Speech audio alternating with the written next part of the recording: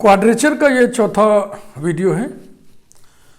इसमें हम लोग देखेंगे area between curve and its asymptote और उसे कैलकुलेट करेंगे। इसका ये पहला क्रम है। जब एसिम्प्टोट एक बाउंडिंग लाइन होगा वो एक लिमिट देगा। जैसे कोई भी कर्व है और एक एसिम्प्टोट माने चाहे ऐसे बनेगा, चाहे ऐसे बनेगा, चाहे ऐसे बनेगा। एसिम्प्टोट माने सीधी रेखा, एक रेखा ही तो होती है, लाइन। तो एसिम्प्टोट और कर्व के बीच का एरिया माने एसिम्प्टोट गिव्स अ लिमिट। पहला सुझाव तो यह है कि इस केस में जब आपको कर्व और उसके एसिम्प्टोट के बीच का एरिया निकालना हो तो आप कर्व के इक्वेशन को कार्टेशियन में चेंज कर लीजिए। वी चेंज द इक्वेशन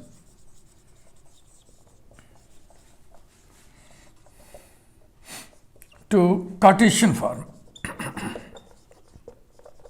पहली बात तो ये है की कॉन्सेप्ट। दूसरा की कॉन्सेप्ट ये है कि asymptote is a bounding line. आप ही तो कह रहे हैं ना कर्व और एसिम्प्टोट के बीच में, तो इसका मतलब एसिम्प्टोट और कर्व के बीच में तो एसिम्प्टोट एक बाउंड्री हो गई ना। Asymptote is a boundary, is a bounding line. Asymptote line होती है इसलिए उसको हम बाउंडिंग लाइन लिख दे रहे हैं। And so it gives, it माने asymptote, it gives a limit. Limit दो होते हैं ना, lower limit upper limit.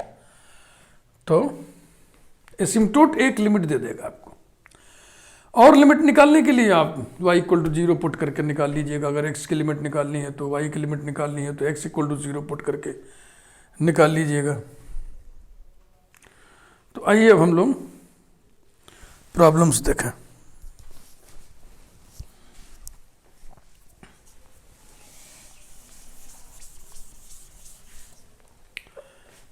Example 7, 6 problems अब तक हम लोग एरिया के देख चुके हैं बतौर example.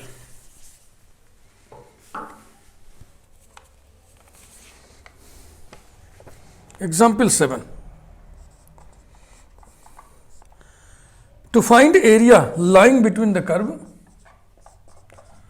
to find the area lying between the curve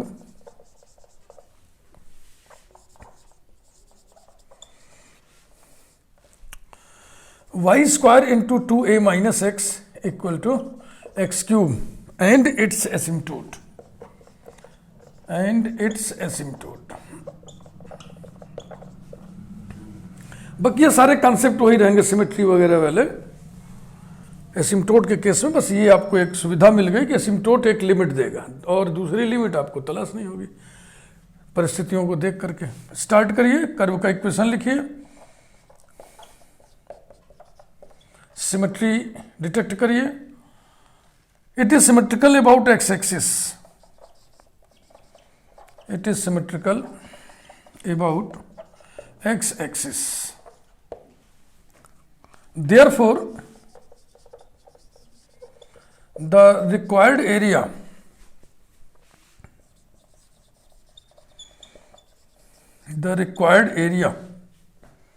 is A equal to twice area above x axis, area above x axis। x axis के अबाउट सिमेट्री हो तो dx वाला फार्मूला यूज करिए, y के अबाउट सिमेट्री हो तो dy वाला formula use करिए। ये सब मैं आपको बता चुका हूँ। तो हो जाएगा 2 इंटीग्रल y dx। अब हमें x की लिमिट चाहिए, तो x की लिमिट क्या होती है? y एक्सिस के पैरेलल बाउंडिंग लाइंस के इक्वेशंस ना, और वो मैं आपको तरीका बता चुका हूँ। बाउंडिंग लाइन के इक्वेशंस निकालने के लिए आप इसमें y इक्वल टू 0 पुट करके x की वैल्यू निकाल लीजिए। लिमिट्स ऊपर लिखते हैं।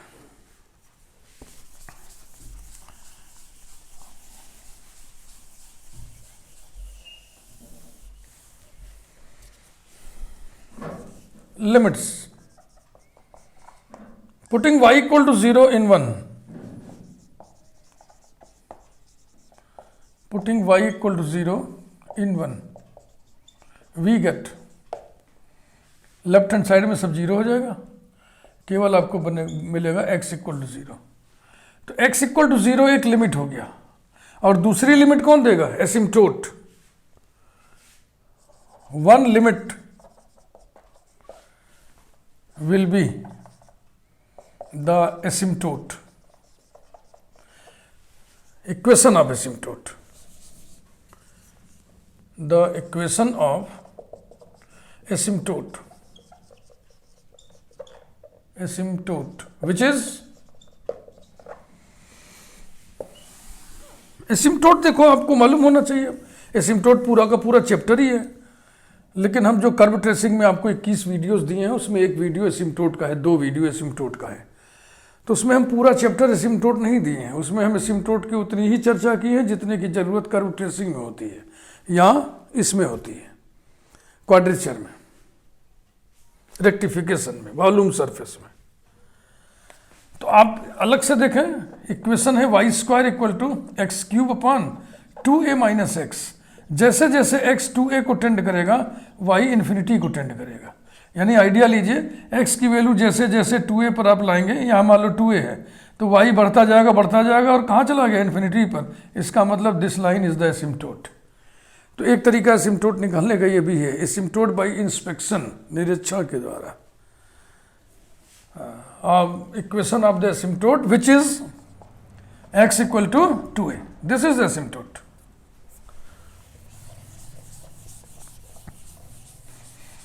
तो मैं फिर दोहरा रहा हूँ, पिछले वीडियो में भी ये बात बोला था मैंने कि आप इंटीग्रेशन का एप्लीकेशन पढ़ रहे हैं, इसमें कई चीज़ों का यूज़ हो रहा है, वो सब आपको मालूम होना चाहिए।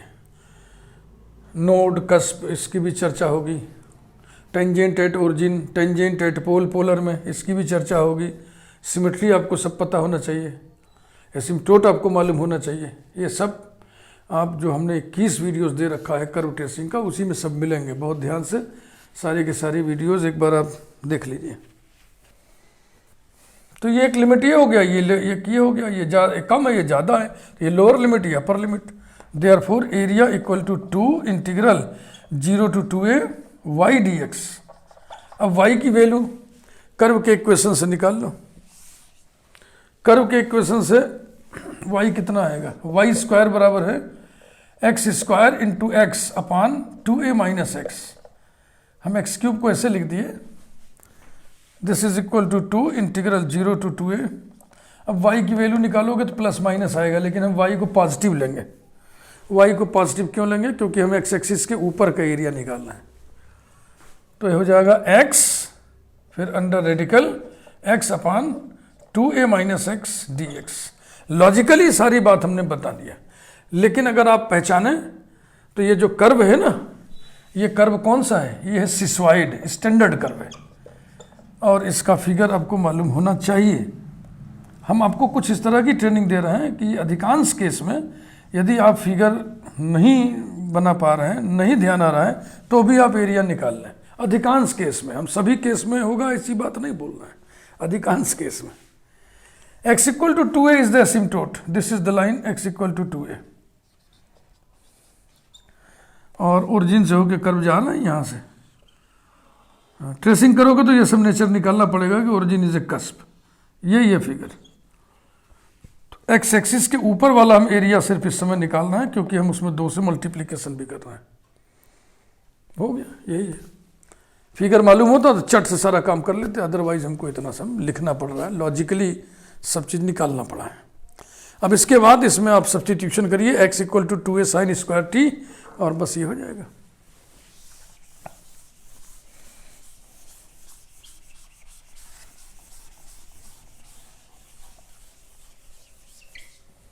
पुटिंग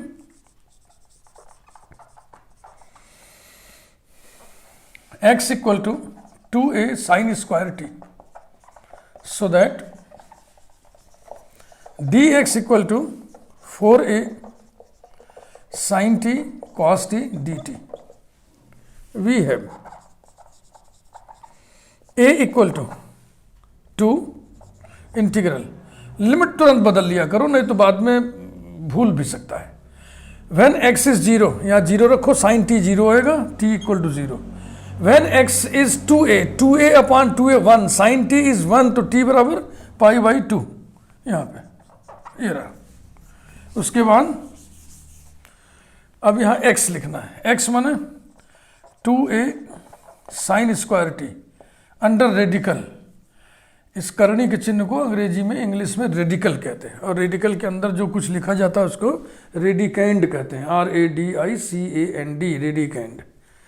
तो ऊपर हो गया x 2a sine square T upon 2a minus x, 2a minus 2a sine square t into dx की value 4a sine t cos t dt।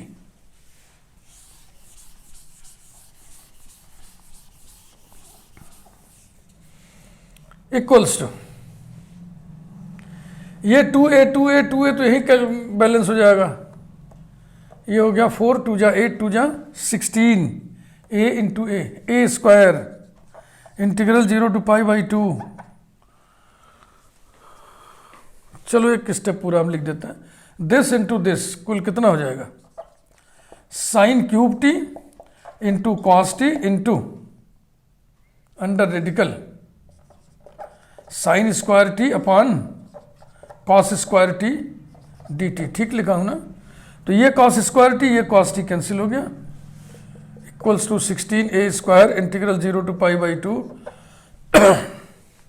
Sign पे 4 पावर हो जाएगा, sine to the power 4 T D T equals to 16a square into Wallis formula लगा दीजिए, 3/4 into 1/2 into pi by 2 by Wallis formula. पिछले video में आपको हम समझाए थे वेलिस फार्मूला।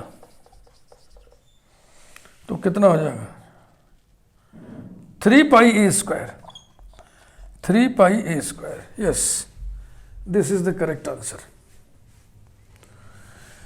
इसी पे हम एक रिमार्क करेंगे या नोट लगाएंगे कि इसी सिसॉइड का इक्वेशन यदि मान लीजिए कार्टेशियन फॉर्म में ना होता, पैरामेट्रिक फॉर्म में होता है। सिसॉइड का इक्वेशन पैरामेट्रिक फॉर्म में भी होता है। तो इसको हम ऐसे कर दे रहे हैं, एग्जाम्पल 7b, एग्जाम्पल 7b। उस 7a तो लिखे नहीं तो उस पर, तो इस पर हम कर दें 7a। वो 7 था, ये 7a हो गया। To find area between the curve, to find the area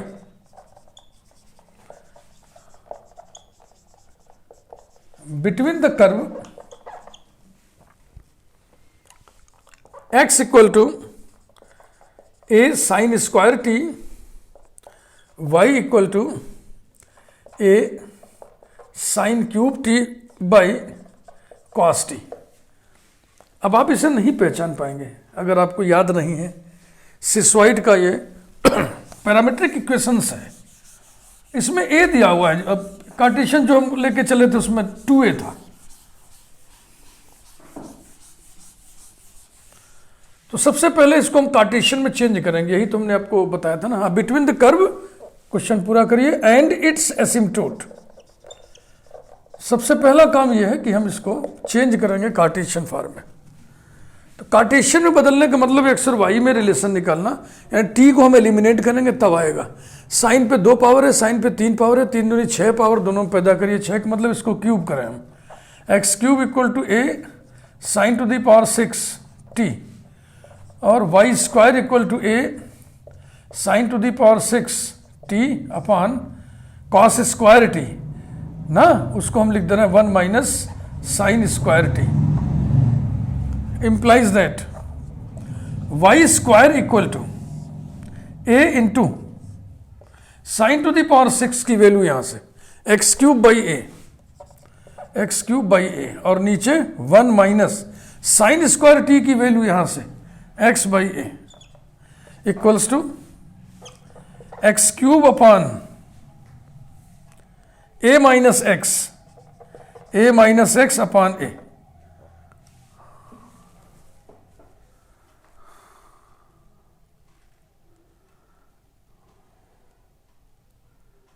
यहां पे गड़बड़ कर दिए ना, इसीलिए हम सोच रहे हो गलत क्यों आ रहा है। देखो x पे क्यूब करोगे तो यहाँ भी तो पावर लगेगा, इस पे a क्यूब है ये, ठीक। अब देखिए फिर से y square equal to a into sine to the power 6 की value x cube by a cube होगा, तो यहाँ पे आ गया ए क्यूब, बस नीचे वाला ठीक है। तो अब भैया यहाँ पे बचेगा x cube by a square. This implies that y square equals to x cube by a square into a upon a minus x implies that y square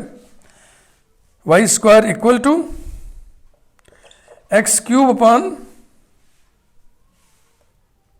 a into a minus x। यही तो है। अभी भी गड़बड़ा रहा है कहीं पे, अभी भी कहीं गड़बड़ा रहा है। कहाँ गड़बड़ा रहा है भाई?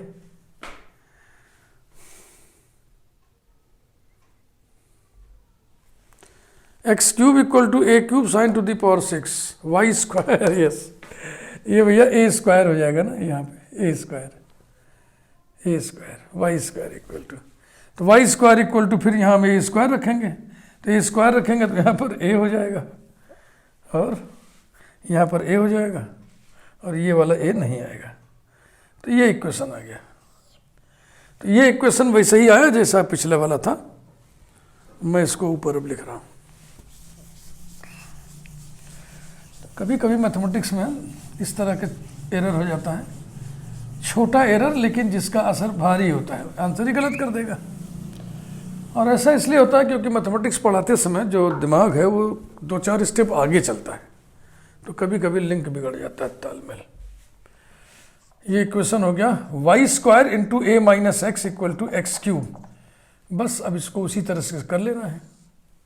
तो जहाँ 2a लिखा था वहाँ a है ना, देखो जहाँ 2a लिखा था वहाँ a है, इसलिए हम जहाँ a लिखा है वहाँ पे क्या कर दें, a बाई 2 कर दें। तो आंसर में फर्क करिए। पिछले वाले का आंसर कितना था, शायद 3 पाई ए स्क्वायर था क्या, तो उसमें a की जगह a बाई 2 कर दीजिए तो इस वाले का आंसर आ जाएगा। Area equal to 3 pi a square माने a बाई 2 का स्क्वायर, तो हो जाएगा 3 pi a square by 4। Example 8, बहुत ही popular question. Find the area between the curve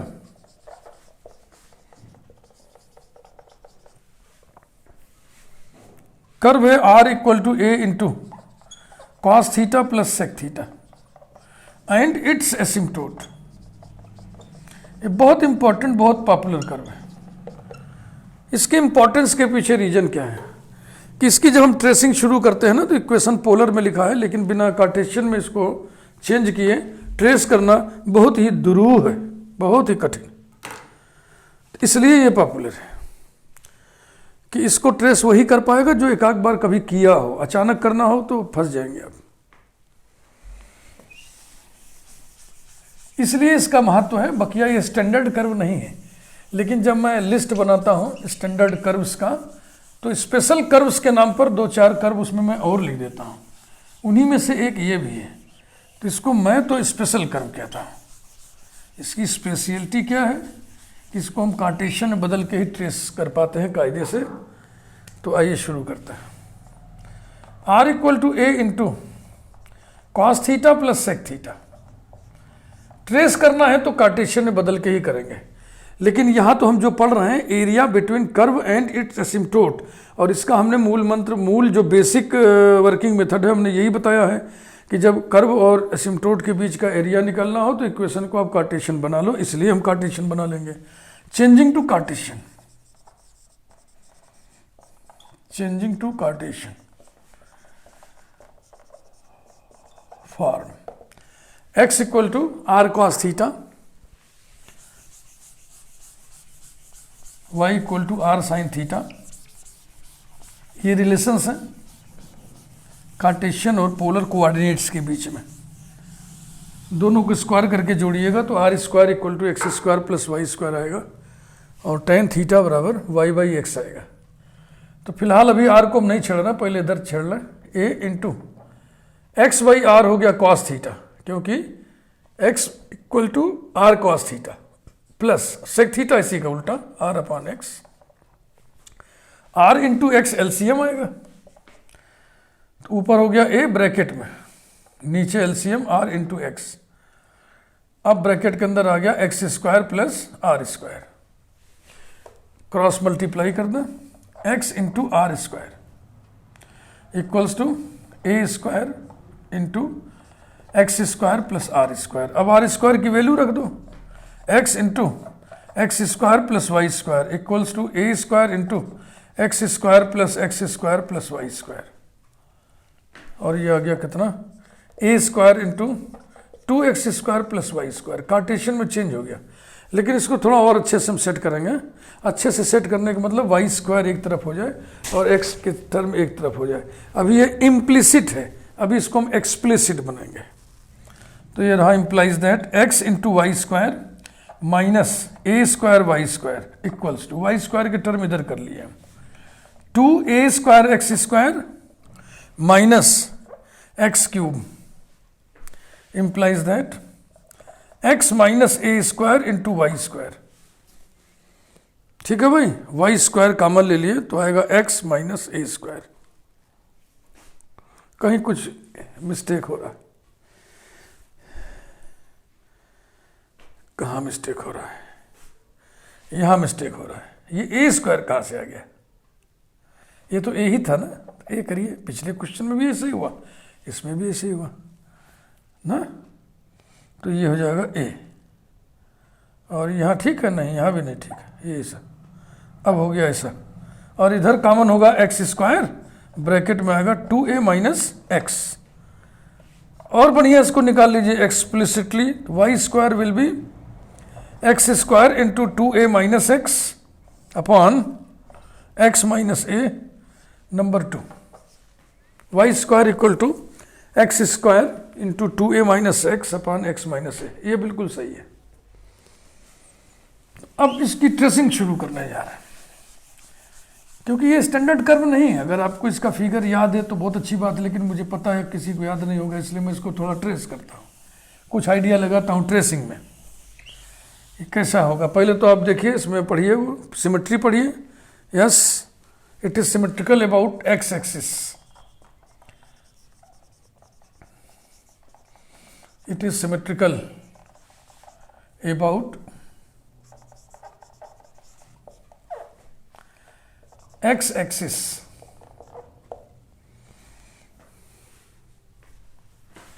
Therefore, the required area is, therefore the required area is A equals to twice area above x axis, area above x axis equals to 2 integral y dx। Limits, चूंकि asymptote एक bounding line है, इसलिए asymptote का equation एक limit देगा। और asymptote कौन है, x इक्वल टू ए, क्योंकि जैसे जैसे x a को टेंड करेगा y tends to infinity. Clearly x equal to a is the asymptote, is the asymptote, and so it gives, and so x equal to a is one limit, x equal to a एक limit आ गया। अब other limit के लिए, चूंकि हम y dx वाला formula use कर रहे हैं, तो हमें x की लिमिट चाहिए, तो y इक्वल टू 0 पुट करके इसमें सॉल्व करिए। Putting y equal to 0 into, we get x square into 2a minus x equals to 0, implies that x equal to 0, x equal to 2a। ये लीजिए, अब इसमें देखिए बात फंस गई। एक लिमिट तो x इक्वल टू a है, अब दूसरी लिमिट कौन सी होगी, x इक्वल टू 0 होगी या x इक्वल टू 2a होगी, तो यहाँ पे आप नहीं बता सकते, यहाँ पे आप क्लियर नहीं कर सकते। अब इसको क्लियर करने का तरीका हम रीजन निकाल के कर सकते हैं कि आइए पता करें कर्व किस किस लाइन के बीच में स्थित होगा। Region y square is equal to, y square curve का इक्वेशन कितना था, x square into 2a minus x upon x minus a. This implies that y equal to plus minus x under radical 2a minus x upon x minus a. Region of integration, region of integration, या यूं कह लें कि region in which curve exists, किस region में curve बनेगा उसे हम पता करने जा रहे हैं। उससे काफी कुछ आइडिया लग जाता है। रीजन भी अगर ना निकाल सकें आप, तब फिर एक ही मात्र एक ही उपाय है, कर्व को पूरा पूरा ट्रेस करिए चाहे जैसे। अब देखो, जब हम रेडिकल में कन्वर्ट कर लेते हैं किसी चीज को, तो रीजन कैसे निकालेंगे। हम ये कहेंगे कि ये जो क्वांटिटी आई है, एक या दो, ये कह लीजिए कि ये क्वांटिटीज एग्जिस्ट करेंगी तभी जब रेडिकेंड नॉन निगेटिव हो। ये आपको मालूम है, डोमेन रेंज वगैरह आप पढ़े हुए हैं। Under root f of x exist only when radicand is non negative, यानी f of x is greater than और इक्वल टू 0। यही मैं इसके ऊपर थोपने जा रहा हूं। इट माने वाई से मतलब हमारा, इट एग्जिस्ट्स। अब चूंकि प्लस माइनस हम लिख दिए तो इट लिखने में हमको संकोच हो रहा है, दीज लिख दे रहे हैं। These exist only when radicand, एक बार मैं इस वर्ड को लिख ही दूं, हिंदी माध्यम के बच्चों को थोड़ा सा हेल्प हो जाएगी। रेडिकेंड ग्रेटर देन और इक्वल टू 0, अर्थात दैट इज रेडिकेंड कितना है, 2a minus x upon x minus a greater than और इक्वल टू 0। इसके बाद इन इक्वेशंस का हम इस्तेमाल करेंगे। अब इन इक्वेशंस का जो इलाका है थोड़ा जटिल होता है, लेकिन अलजेब्राइक इन इक्वेशंस केवल 4 ही ऐसे हैं जिन्हें आपको यूज करना है इस इलाके में, एरिया रेक्टिफिकेशन वॉल्यूम सरफेस के इलाके में। वो 4 आपको मिलेंगे, कर्व ट्रेसिंग के 21 वीडियोस आप देखिएगा तो वहीं कहीं मिलेगा। वो क्या है मैं अलग से आपको लिख दे रहा हूँ। हाँ, जो लोग बिल्कुल ये वीडियो देख रहे हैं वो देख लें। For a less than b comma x minus a into x minus b less than और equal to 0 implies that a less than और equal to x less than और equal to b implied y भी लिख दें। इस in equation का यही solution है। सोल्यूशन क्या है कि x closed interval a b के बीच में होगा। x minus a upon x minus b less than और इक्वल टू 0 का सोल्यूशन यही होता है। a less than x less than b, equality लगाते समय ध्यान रखना है, चूंकि x माइनस बी डिनोमिनेटर में है इसलिए x इक्वल टू बी नहीं हो सकता है, तो b पर इक्वलिटी ना लगाइएगा, a पर इक्वलिटी लगा दीजिए। Next, x minus a into x minus b greater than और equal to 0 implies that implied by x equal to, देखो इस ब्रैकेट को 0 के बराबर कर दो, इस ब्रैकेट को 0 के बराबर अलग अलग कर दो, तो x equal to a x equal to b, ये 2 क्रिटिकल पॉइंट्स होते हैं। इनमें छोटा कौन है बड़ा कौन है, चूंकि हम पहले से मान लिए कि a छोटा है b बड़ा है सभी में, तो इसका जो सोल्यूशन होता है उसमें x छोटे वाले से छोटा और x बड़े वाले से बड़ा होता है।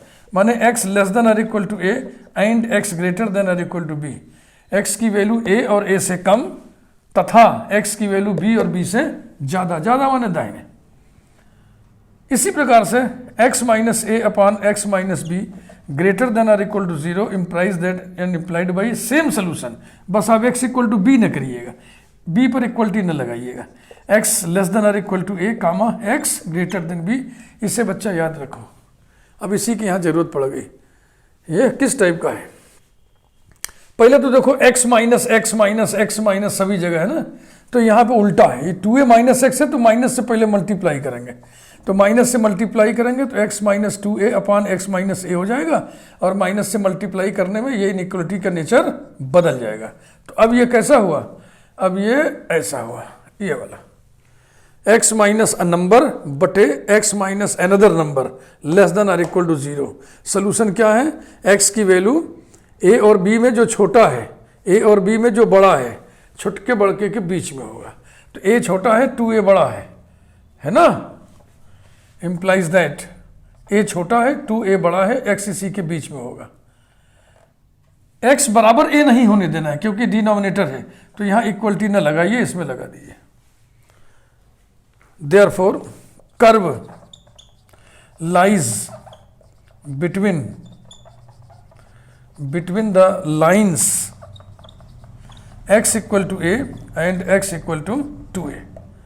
x equal to 2a यानी इस लाइन के पॉइंट्स शामिल हैं कर्व में, इसमें नहीं शामिल है क्योंकि एसिम्प्टोट है ना, तो asymptote x equal to a होएगा नहीं, तो x टेंड्स टू a था। तो हमें पता चल गया कि x equal to a, x equal to 2a के बीच में कर्व है। एक लिमिट तो एसिम्प्टोट हो गया था, पहले से हम लोग तय कर लिए थे। दूसरी लिमिट निकालने की चेष्टा किए तो x इक्वल टू 0 और x इक्वल टू 2a आ गया। तो इसका मतलब ये बेकार हो गया ना, बेकार इसलिए हो गया, जैसे देखो खींचो तो x इक्वल टू 0 कौन हुआ, y axis, x equal to a कौन हुआ, ये, और x इक्वल टू 2a कौन हुआ, ये। अब कर्व इसी के बीच में है, तो लिमिट क्या होगा, लिमिट हो जाएगा a टू 2a। इस तरह से लिमिट हम जान पाते हैं। और अगर किसी क्वेश्चन में रीजन से भी आइडिया नहीं लगता, अगर रीजन निकाल ही नहीं पाएंगे, अब रीजन तभी निकाल पाएंगे जब ये रेडिकल इन्वॉल्व हो जाए सोल्यूशन में। x के लिए सॉल्व करें या y के लिए सॉल्व करें कर्व के इक्वेशन को, तो रेडिकल आ जाए, करनी आ जाए, अंडर रूट जैसी आ जाए ना, तब हम बोल सकते हैं कि radicand must be non negative, और कोई कंडीशन डोमेन वगैरह हम निकाल सकते हैं।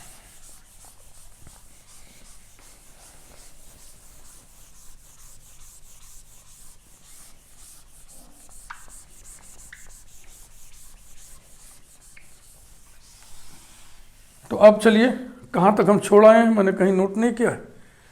तो एरिया इक्वल टू क्या था, सिमेट्री अबाउट x एक्सिस, यानी twice integral y dx limit a to 2a, ये तय हो गया, and equal to 2 integral a to 2a। अब y की वैल्यू, y स्क्वायर बराबर कितना था, y स्क्वायर बराबर कितना था भाई, ये तो हमारे पास लिखा हुआ है। y स्क्वायर की वैल्यू निकाले थे हम लोग, x square into 2a minus x upon x minus a। Yes, तो y की वैल्यू लेनी है और हम x एक्सिस के ऊपर निकाल रहे हैं, तो x एक्सिस के ऊपर y पॉजिटिव होता है, तो पॉजिटिव लिखिएगा, यानी कि हो गया x under radical 2a minus x upon x minus a dx। अब ये इंटीग्रल थोड़ा सा टफ है, थोड़ा सा टेक्निकल है। Equal to 2 integral a to 2a x under radical, इसकी सेटिंग करिए, देखिए a minus x minus a हो जाएगा ना, a plus a 2a minus x upon x minus a dx। तो हम x माइनस a को पुट करेंगे, putting x minus a equal to a sine square t implies that, बाई तरफ differentiate करो, इसको x के रेस्पेक्ट में, इसको t के रेस्पेक्ट में, इसको x के रेस्पेक्ट में डिफरेंशिएट करके dx से मल्टीप्लाई कर देना, इसको t के रेस्पेक्ट में डिफरेंशिएट करके dt से मल्टीप्लाई कर देना। तो ये कांस्टेंट, इसका डेरिवेटिव 0, इसका डेरिवेटिव 1, 1 माइनस 0 बराबर 1, तो 1 इंटू एक्स, 1 इंटू dx हो गया, और इधर कितना आएगा 2a sine t cos t dt, we get. अब देखिए इसका इंटीग्रल ही थोड़ा विचित्र सा आ गया, इसलिए भी ये बड़ा पॉपुलर है, महत्वपूर्ण है।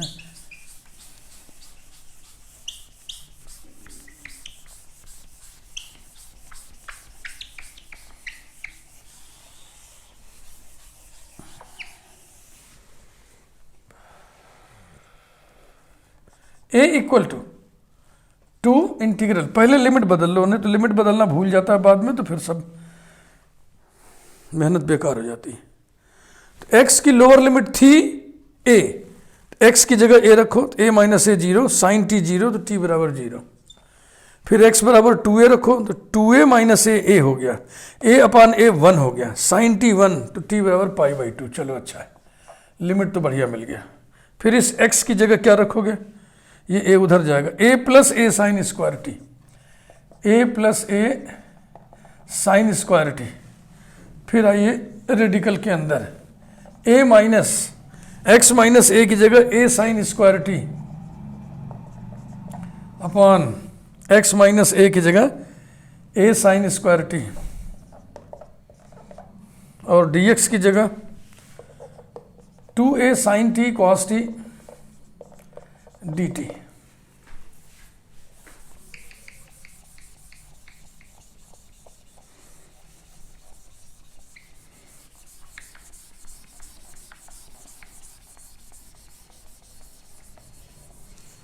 इक्वल्स टू ये 2 है और ये 2, 4 लिख दें। इस ब्रैकेट से a निकलेगा और यहाँ से a आएगा, a स्क्वायर हो गया, इंटीग्रल 0 to π/2। यहाँ बच गया 1 प्लस साइन स्क्वायर टी, हड़बड़ी ना करना। और रेडिकल के अंदर 1 a कॉमन हो गया, इस a से कैंसिल हो जाएगा, तो 1 माइनस साइन स्क्वायर टी माने cos square T upon sine square t into sine t cos t D t. तो ये sine square t sine t से कैंसिल हो जाएगा, equals to 4a square integral 0 to π/2 1 plus sine square t into cos square T D T.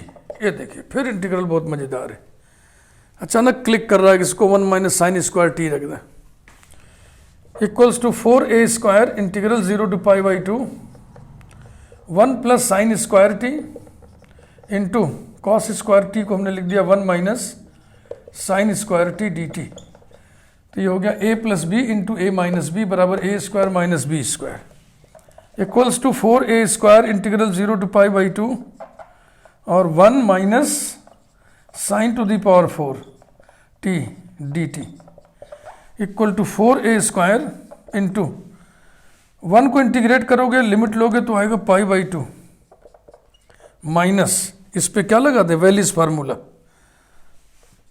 3/4 into 1/2 into π/2 equals to 4a square into π/2 common ले लिया, बस 1 minus कितना बचेगा 3/8